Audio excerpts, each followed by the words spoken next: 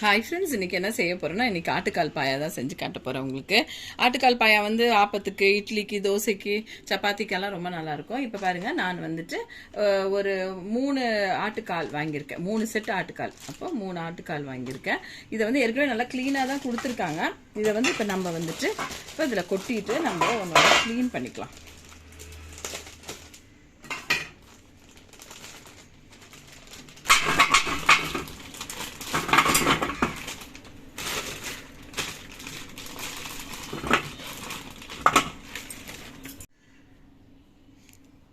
பாருங்க, இப்போ வந்து இது க்ளீனாக தான் இருக்குது. க்ளீனாக தான் நல்லா பண்ணி கொடுத்தோம். இருந்தாலும் நம்ம இந்த மேலே இந்த கருப்பாலாம் இருக்குது பார்த்தீங்களா, அதெல்லாம் கொஞ்சம் சுரண்டி எடுத்துக்கணும். இந்த மாதிரி கருப்பாக இருக்குது. ஏன்னா அது வந்து ரொம்ப ஒரு கசப்பு தன்மையை கொடுக்கும். அதனால இப்படி சுரண்டி இதை வந்தீங்கன்னா அது வந்து வந்துடும். இன்னும் நல்லா க்ளீனாக இப்படி கொஞ்சம் நேரம் சுரண்டி எடுத்துகிட்டு அதை வந்து ஒரு பாத்திரத்தில் போட்டுக்கலாம். இதுமாதிரி ஒன்று ஒன்றா பண்ணி போட்டுட்டு அதுக்கப்புறம் வாஷ் பண்ணிக்கணும். வாஷ் பண்ணுறதை காட்டுறேன். காலை கழுவிக்கலாம். வந்து போட்டுடுறோம். போட்டுட்டு நான் கொஞ்சம் சுடு தண்ணி எடுத்துருக்கேன். ரொம்ப கொதிக்க தேவையில்ல. ஒரு லூக் வார்ம் அளவுக்கு எடுத்து இந்த சுடு தண்ணியை இதில் ஊற்றலாம். அவங்க தெரியுதா, கொஞ்சம் சூடாக இருக்குது. இப்போ இந்த சுடு தண்ணியில் இப்போ நல்லா தேய்ச்சி ஒரு டைம் கழுவிட்டு அதுக்கப்புறம் ஒரு 4 டைம் நல்லா கழுவிட்டு மஞ்சள் போட்டு கழுவிட்டு நெக்ஸ்ட் காட்டுறேன். அது நல்லா சூடு தண்ணி வந்து ஒரு அளவுக்கு உங்களுக்கு தெரியுதுல்ல, ஒரு அளவுக்கு வந்து நல்லா நல்ல ஒரு வார்மாக இருக்குது. அதில் தேய்ச்சி நல்லா கழுவிட்டு அதுக்கப்புறம் பச்சை தண்ணியில் கழுவிக்கலாம். பாருங்க, நல்லா இப்போ நல்லா க்ளீன் பண்ணியாச்சு. பாருங்க, கால் எவ்வளோ க்ளீன் ஆயிருக்கு. நல்லா கழுவி எடுத்துட்டு சுடு தண்ணியில போட்டு கழுவிக்கோங்க. ரொம்ப சூடாக ஊற்றிக்காதீங்க, லூக் வார்மா. அதில் எல்லாம் வந்துடும். அது மேலே இருக்க அந்த முடிக்கிடி எல்லாம் இருந்த மிக்சர் இருக்கிறதும். நெக்ஸ்ட் வந்துட்டு நம்ம நல்லா அலசி ஒரு 5-6 தண்ணியில் நல்லா அலசிட்டு வச்சாச்சு. இந்த அளவு க்ளீனாக இருக்குது. பாருங்க எப்படி இருக்குது தெரியுது பார்த்தீங்களா. இப்போ என்ன செய்யலாம்னா, இப்போ சூப் எடுத்துக்கலாம். காலை வேக வச்சுக்கலாம். இப்போ தூக்கி இப்போ நான் பெரிய குக்கராக ஏன் இவ்வளோ பெரிய குக்கர் எடுத்திருக்கேன்னா, அந்த சூப் வந்து வெளியே வரக்கூடாதுன்னு சொல்லி தான் இவ்வளோ பெரிய குக்கரை எடுத்திருக்கேன். இதுக்கு வந்து சூப் வந்து பசங்களுக்கு எடுப்பேன் நான். அதனால வந்து நான் வெங்காயம், கருவேப்பிலை, கொத்தமல்லி போட்டுக்கலாம். நெக்ஸ்ட் வந்து மஞ்சள் தூள்,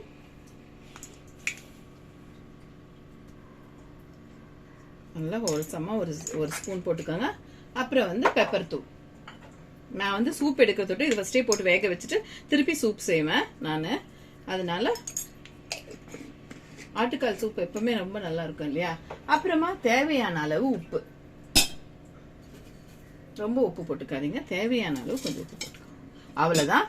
எவ்வளோ தண்ணி குவான்டிட்டி தேவையோ இதை போட்டு ஊற்றி நான் ஒரு 2 செம்பு தண்ணி வைக்கிறேன். உங்களுக்கு வந்து கிரேவிக்கு மட்டும் ஊத்துறீங்கன்னா ஒரு செம்பு தண்ணி வச்சு இது பண்ணிக்கோங்க. ஏன்னா இது வந்து 3 ஆட்டுக்கால் இல்லையா, அதனால ஒரு 2 செம்பு தண்ணி வச்சு நான் வந்து இப்போ சூப்பு வந்து ஒரு 9 ஸ்டீம் விடுற அளவுக்கு வச்சுக்கோங்க. ஒரு 8லேருந்து 9 அளவுக்கு ஸ்டீம் விடுங்க. விசில் விட்டு ஆஃப் பண்ணி எடுத்துக்கலாம். பாருங்க, இப்போ வந்து நல்லா இதாயிடுச்சு. நல்லா வெந்து வந்திருக்கு பாருங்க. இப்படி இந்த அளவுக்கு வெந்து வந்துடணும். தெரியுதுங்களா உங்களுக்கு, இந்த அளவுக்கு வெந்திருக்கும். பாருங்க பாருங்க எப்படி பிரிஞ்சு வந்திருக்குன்னு. அப்படியே உருண்டையா இருந்தது, இப்போ பிரிஞ்சிடும். அப்படி பிரிஞ்சு நல்லா வெந்து இந்த காலுங்கள் நல்லா வந்திருக்கு. இப்போ நெக்ஸ்ட் வந்து நம்ம குழம்பு எப்படி செஞ்சுக்கலாம்னு பார்த்துக்கலாம்.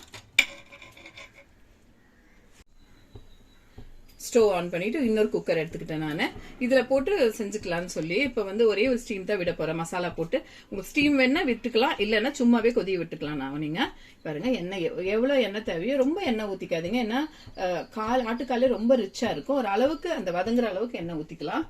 நெக்ஸ்ட்டு நான் வந்து சொன்னேன் இல்லையா, ஃபர்ஸ்ட்டு அந்த வெங்காயம், பட்டை, லவங்கம், இஞ்சி, பூண்டு எல்லாமே அரைச்சி பாருங்க ஒரு ப்ரௌனாக ஒரு இது வந்துடும். ஏன்னா பட்டை லவங்கம் சிலர் ஹோலா போடுவாங்க. என் பசங்களுக்கு ஹோலா போட்டால் பிடிக்காது, அதனால அரைச்சிக்கிட்டேன். நெக்ஸ்ட் வந்து தக்காளி, தேங்காய், கசகசா, அப்புறம் வந்துட்டு முந்திரி இதெல்லாம் போட்டு நல்லா அரைச்சி எடுத்துக்கிட்டேன். இது ரெண்டுமே பேஸ்ட் ஆயிடுச்சு. நெக்ஸ்ட் வந்து இப்போ ஒன்று ஒன்றா என்னென்ன போடுறேனோ அதெல்லாம் உங்ககிட்ட காட்டுறேன். இப்போ நல்லா சூடு ஏறிட்டோம். இது சூடு ஏறின பிறகு இது பண்ணலாம். பாருங்க, இப்போ எண்ணெய் சூடு ஏறிச்சு. பிரிஞ்செல்லாம் போட்டுக்கலாம், தண்ணி தாங்க. நெக்ஸ்ட் வந்து இப்போ பச்சை மிளகா, கருவேப்பிலை, ஒரு பெரிய வெங்காயம், 2 பெரிய வெங்காயம் அரிஞ்சு வச்சுருக்கேன். அதெல்லாம் போட்டுக்கிறேன். அப்புறம் வந்து பெரிக்கும் போது கிட்ட வராதா, பயப்பட வைக்கிறேன். கிட்ட வாய்ப்பா இப்போ ஒன்றா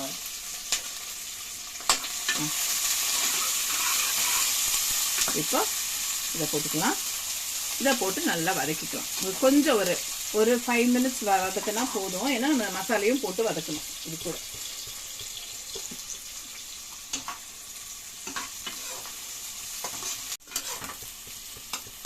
பாருங்க நல்லா இது வதங்கிடுச்சு. இப்போ இந்த மசாலா இருக்குல்ல, இது எல்லாத்தையும் எடுத்து இதில் போட்டுக்கணும். இஞ்சி, பூண்டு, பட்டை, லவங்கம், அப்புறம் வந்துட்டு சோம்பு, பெப்பரு, ஜீரகம் எல்லாமே போட்டு வச்சு இதெல்லாம் போட்டு இதையும் சேர்த்து வதக்கணும். இது வந்து லைட் ப்ரௌனிஷாக கிடைக்கும் உங்களுக்கு. ஏன்னா நம்ம பெப்பர் போட்டிருக்கோம், அப்புறம் வந்துட்டு பட்டை, லவங்கம் இதெல்லாம் போட்டிருக்கோம். இந்த மாதிரி செஞ்சு பாருங்கள், ஃபுல்லாக காலி ஆயிரும். நல்ல டேஸ்ட்டாகவும் இருக்கும். ஒருத்தர் ஒரு மாதிரி செய்வாங்க இல்லையா, அதை ஏன் நான் இப்படி செய்வேன், இந்த மாதிரி செய்வேன். பாருங்க, அது வதக்கலாம். பாருங்க வதங்கி வந்துருச்சு. இப்போ நம்ம குழம்பு மிளகாத்தூள், வீட்டில் அரைச்ச குழம்பு மிளகாத்தூள் வந்து ஒரு 3 ஸ்பூன். காரம் நாங்கள் நிறைய சாப்பிடுவோம், அதனால நீங்கள் வந்து நான் நிறைய போட்டுக்கிறேன். உங்களுக்கு எவ்வளவோ அந்த அளவு போட்டுக்கோங்க. குழம்பு மிளகாத்தூள் வந்து 3 ஸ்பூனு. அப்புறம் மல்லித்தூள் 2 ஸ்பூன். மல்லித்தூள் 2 ஸ்பூன். மல்லித்தூள் போட்டிங்கன்னா கொஞ்சம் கிரேவி உண்டுன்னு வரும் உங்களுக்கு. அப்புறம் மஞ்சள் தூள். மஞ்சள் தூள் போட்டு ஏற்கனவே நம்ம வேக வச்சிருக்கோம் அதை காலை, அதனால கொஞ்சமாக போட்டுக்கிறேன். நான் சூப் எடுக்க போகிறது, சூப்பு வந்து நான் குடிக்கிறதுக்கு நான் கொஞ்சம் போட்டுக்கிட்டேன். உங்களுக்கு மஞ்சள் தூள் வந்து நீங்கள் சூப்பு வேண்டாம் அது இது பண்ணால் மஞ்சள் தூள் போட வேணாம், அந்த மஞ்சள் தூளே சரியாக இருக்கும். இதை போட்டு நல்லா இப்படி வதக்கி விட்டுக்கோங்க. மிளகா வந்து இந்த மிளகாவும் தனியாகவும் நல்லா இந்த எண்ணெயில் இப்படி வதங்கணும். நெக்ஸ்ட்டு நம்ம வந்து அரைச்சி வச்சுருக்கோம் இல்லையா, தேங்காய், முந்திரி, அப்புறம் தக்காளி, கசகசா, இதை வந்து இதில் ஊற்றிடலாம். இதெல்லாம் கழுவி ஊற்றிக்கலாம். அவ்வளோதான். டக்கு டக்கு டக்கு டக்குன்னு ஆயிடுங்க. ரொம்ப நேரம்லாம் எடுக்காது.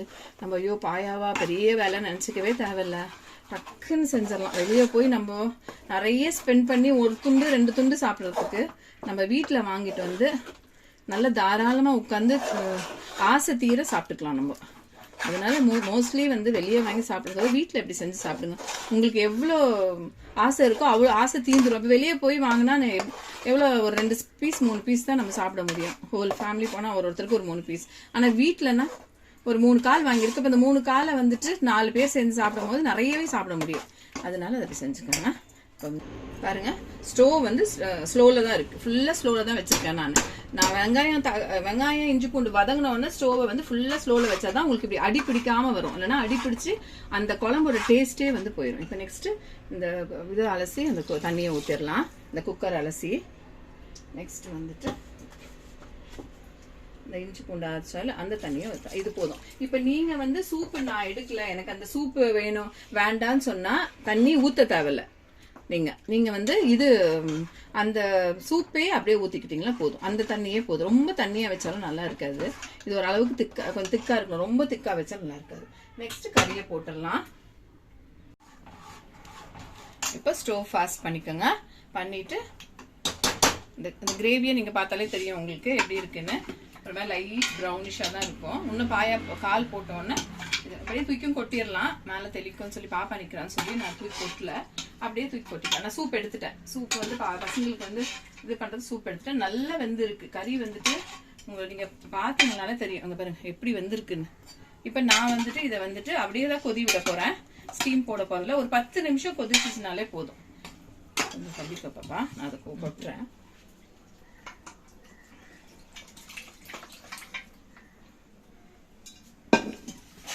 அவ்வளோதாங்க. எவ்வளோ சீக்கிரம் ஆயிடுச்சு பார்த்தீங்களா, இவ்வளோதான். இதை வந்து ஒரு 10 நிமிஷம் கொதி விட்டாலே போதும், ஆயிடுச்சு. அவ்வளோதான். நம்ம தேவையான உப்பு மட்டும் கொஞ்சம் போட்டுக்கலாம். உப்பு வந்து டேஸ்ட் பார்த்துட்டு உப்பு போட்டுக்கலாம். ஏன்னா நம்ம சூப்புக்கு வந்து உப்பு போட்டுறது, சூப் எடுத்துட்டேன் நான். இப்போ உங்களுக்கு எவ்வளோ உப்போ டேஸ்ட் பார்த்துட்டு அப்புறம் உப்பு போடுங்க. உப்பு மட்டும் கம்மியாக இருந்தால் பரவாயில்ல, கைக்கு தெரியாது. உப்பு கம்மியாக இருந்தால் சேர்த்துக்கலாம், ஜாஸ்தியாக இருந்தால் அப்புறம் வேஸ்ட்டாக போயிடும், அந்த டேஸ்ட்டே போயிடும். பத்தலாம். இப்போ உப்பு பத்தல, நான் வந்து 2 ஸ்பூன் அளவு உப்பு போட்டுக்கிறேன். பிகினர்ஸ்க்கெல்லாம் கொஞ்சம் கஷ்டமாக தான் இருக்கும், ஆனால் செய்ய ஆரம்பிச்சிட்டிங்கன்னு வச்சுக்கோங்க, வந்து உங்களுக்கு ஈஸியாக இருக்கும். நம்ம காரம் போடும்போது பச்சை மிளகாவும் போட்டிருக்கோம், அதனால காரத்தை பார்த்து போட்டுக்கோங்க. இப்போ பிகினர்ஸ்க்காக அது கஷ்டமாக இருக்கும், நிறைய பேருக்கு தெரியும். இப்போ நான் வந்து சொல்லி கொடுக்குறதே பிகினர்ஸ்க்கு தான். ஏன்னா இப்போ என் பொண்ணுக்கு நான் இதை சொல்லி கொடுக்குறேன் ஒன்று எப்படின்னா, அதனால நீங்களும் அப்படியே கற்றுப்பீங்கன்னு சொல்லி தான். இப்போ இந்த தண்ணி வந்து இன்னும் கொஞ்சம் ஊற்றிக்கலாம்.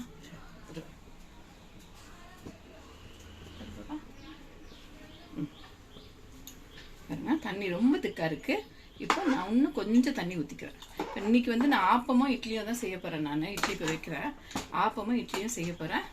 அதனால வந்துட்டு அதுக்கு தான் இப்போ பாயா மோஸ்ட்லி இடியாப்பம், ஆப்பம், அப்புறம் இட்லி, தோசை, சப்பாத்தி கூட நல்லா இருக்கும். என் பசங்களுக்கு இடியாப்பத்துக்கு பிடிக்காது, தோசை, இட்லி, ஆப்பம் இதுக்கெல்லாம் ரொம்ப விரும்பி சாப்பிடுவாங்க என் பொண்ணு. அதனால தான் இது. இப்போ ஒரு 10 நிமிஷம் கொதிக்கிட்டோம். கொதி வந்த உடனே அப்புறமா கொத்தமல்லி போடலாம். இப்போ மூடி போட்டு வச்சிடலாம். பாருங்க, இப்போ நல்லா கொதி வந்து ஒரு 10 நிமிஷம் நல்லா கொதி வந்துருச்சு. பார்த்தீங்கன்னா தெரியும் எப்படி வந்திருக்கு பாருங்க. அவ்வளோதான், முடிஞ்சது. ஆட்டுக்கால் பாயா ரெடி ஆயிடுச்சு. இவ்வளோதாங்க. எப்படி நம்ம கறி குழம்பு செய்கிறோமோ, எப்படி வந்து நம்ம மட்டன் குழம்பு செய்கிறோமோ அவ்வளோதான், அதே மாதிரி தான் டைம் ஆகும். இப்போ நம்ம கொத்தமல்லியை நல்லா தூவி விட்டுக்கலாம். நல்லா தூவி விட்டு எவ்வளோ கொத்தமல்லி வந்தாலும் போட்டுக்கோங்க. நீங்கள் போட்டுட்டு ஸ்டவ் ஆஃப் பண்ணிடலாம். அதாங்க எவ்வளோ ஃபாஸ்ட்டாக ஆயிடுச்சு பாருங்கள். பிகினர்ஸ் எல்லாம் ரொம்ப கஷ்டம்னு நினச்சிக்காதீங்க.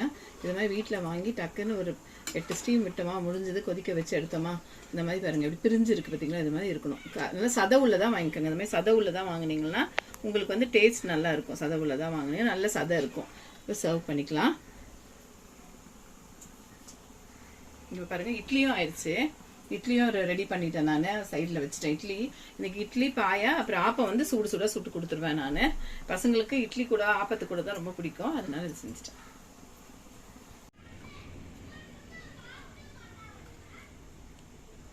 சேனலை பாருங்க, சப்ஸ்கிரைப் பண்ணுங்க, ஷேர் பண்ணுங்க, லைக் பண்ணுங்க, கமெண்ட் பண்ணுங்க. இன்னும் என்னென்ன மாதிரி வீடியோ வேணும் உங்களுக்குன்னு, இன்னும் நிறைய வீடியோஸ் போடலாம். இப்போ இவ்வளோ நாளைக்கு நாங்கள் போட்ட ஹார்ட் ஒர்க்கு 1K சப்ஸ்கிரைபர்ஸ் வந்திருக்காங்க. அதுவே ரொம்ப சந்தோஷம் எனக்கு. ஏன்னா நிறைய நாங்கள் போட்டோம், ஆனால் இவ்வளோ சீக்கிரம் 1K வந்திருக்காங்கன்னா ரொம்ப சந்தோஷம் தான். இப்போ நிறைய பேர் பார்க்குறீங்கன்னு நினைக்கிறேன். சேனலை பாருங்கள்.